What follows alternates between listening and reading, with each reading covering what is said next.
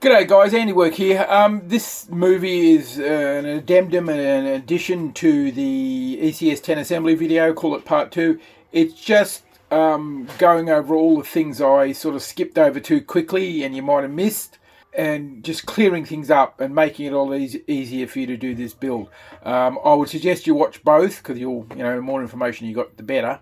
I just don't want to take down the movie, correct it and put it back up again because I've already done that once. And I'm losing views, and apparently that's an important thing on YouTube. But anyway, so sorry about that. Have a look at them both, and if you've got any questions, there's an email link on my YouTube page. You can contact me directly. Okay? Thanks, guys. Bye. One thing just before we start you need to be aware of, there are two body shapes for this kit. There's this one, which I did all the work on, and as you can see I've partially prepared ready for the kit. And there's this one, which looks exactly the same, except for one tiny little thing, and it's this lump down here. Right, that lump, see how it's not flush with the rest of that? Whereas this one, it's flush.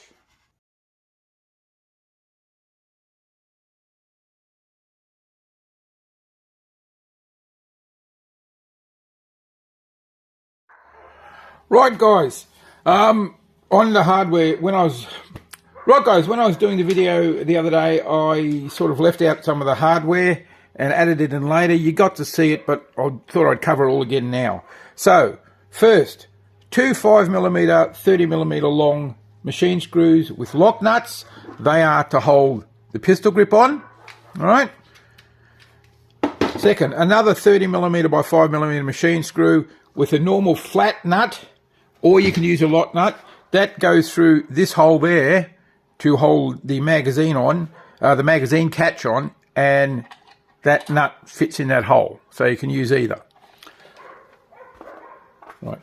Now to hold the buttstock on, I just went to my big box of screws and found two screws.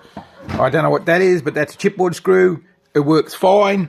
Just two holes in the bottom here. Straight in, 2.5mm drill, done, attached. You need 10 assorted Nerf screws. Now, the choice you have to make here is, do you go for the thicker, coarser screw with a thicker body or a thinner screw for length? Whichever way you do it, follow the instructions how I did it on the previous video of melting a hole. Big enough for the body of the screw, but so the thread will still bite. Because you don't want to screw this into a 3D printed part and start splitting layers apart. Okay, so once you've got them. Now, the mag catch, what you need is a nice, strong, reasonably tense spring. I honestly do not know where this came from. It may have come from the kit. I think I just got it out of my Nerf surplus springs. If you're a Nerf modder, you'll have something around. There's a hole in the back of the mag catch. It just fits in like that. Then you can see there's a reasonable amount of meat there. You can drill the hole a bit bigger. I've designed this from this point up. The whole thing is 100% fill. That way that allows the mag catch to be shaved and smoothed down if you need to do that to fit to your body, because as we've already established, these bodies have a little bit of variation. Okay, so that's the mag catch. The return spring from the pusher unit and its screw is used for the trigger return spring. You can see one under there. I think I explained that fairly well, but I'll cover it anyway. The two little 10mm wooden hinge screws, they just go in these two spots here, just to hold the thumbnail grip off from slipping, and it's got a slot and a tongue on the front part that holds it up. Okay. And lastly is the 95mm bolt that just goes straight into your buttstock here. Put it through like that, put some epoxy resin in this hole here and push it in. Let it dry and you've got a really nice strong sling point. Okay, that's it. That's all the hardware you need from this kit. Now, another thing to clarify, this chunk that I've asked you to cut out, it actually goes down past the top of this. So you take off this grey cup, you don't need that, and you cut this out along these lines as such here, I've marked it in black. And as you can see, the bottom corner is lower than the top of this. So you've got to make sure you get this tiny little bit out here, or the buttstock won't lie flush. There you go, and I'll put a photo in too, but as you can see, what I've done, I've actually coloured in the actual plastic where it joins. Right guys, trying to do this with only one hand. Now you can see this base where the pistol grip comes out, you can see how the edges either side are slightly angled inwards.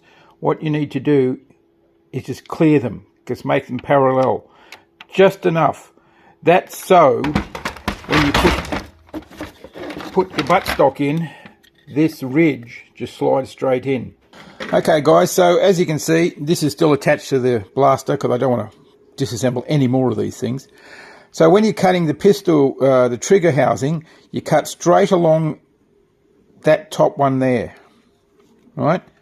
Straight along that one. And that cut will go straight through the middle of that screw post, which holds the trigger in place, which is not necessary. Don't worry about it, because when the trigger's put in this housing here and both sides are closed up, it's held in position. That's all you need. So what you do is you get something like that.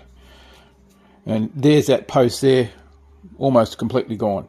And also you got to do the cut down here and cut off that little bit as well.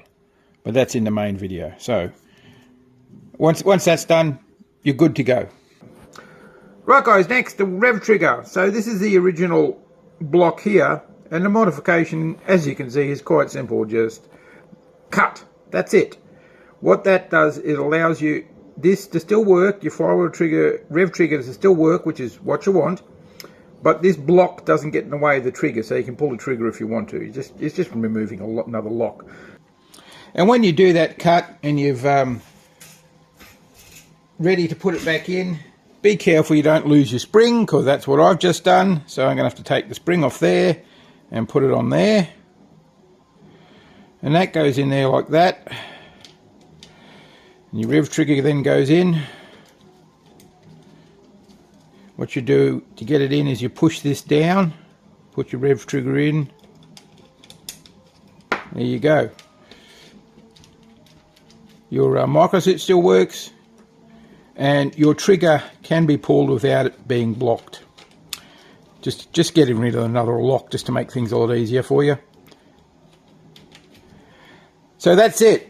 That's the total modification to the rev trigger is just to cut off the top block. Just put your saw in there and go zoom, done, easy.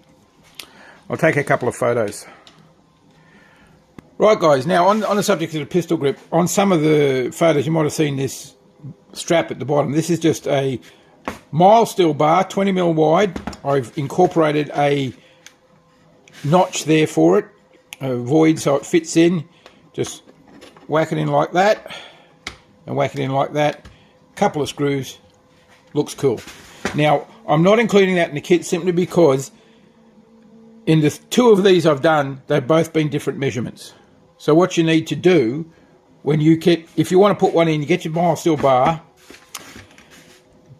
you measure from this wall here to here, and that's where your first bend goes, in this bit here. Then from that distance there to that distance there, that's where your second bend goes. And take it slow, just do it a bit by bit, gently, heat it with a little burner if you can. Don't burn yourself, and then when you're done, countersink your holes and put your screws in. I can't make them, pre-make them for you because, as I said, they're different all the time. So, there you go. That's that. I'll take a nice sharp photo of that and put the measurements in for you. Okay. Yeah, making this thing to fit is just one of those trial and error things. You know, I would suggest maybe get a bit of heavy cardboard first and make it out of that. And then you can use that as a reference, some sort of template. Heavy bit of plastic that you could heat gently to melt. You could even make it out of plastic as long as you're aware of it. You know, it's plastic wouldn't be that strong. I just put it there because I thought it looked cool. Okay, moving on. So I've taken that out, as mentioned in the other movie, put put it in, but when you put this on, it's not really a positive click fit, right? Now this is the funny thing. This one does that. It's not a really tight fit, but this one, same thing. Got that plate out, cut it out, put it on.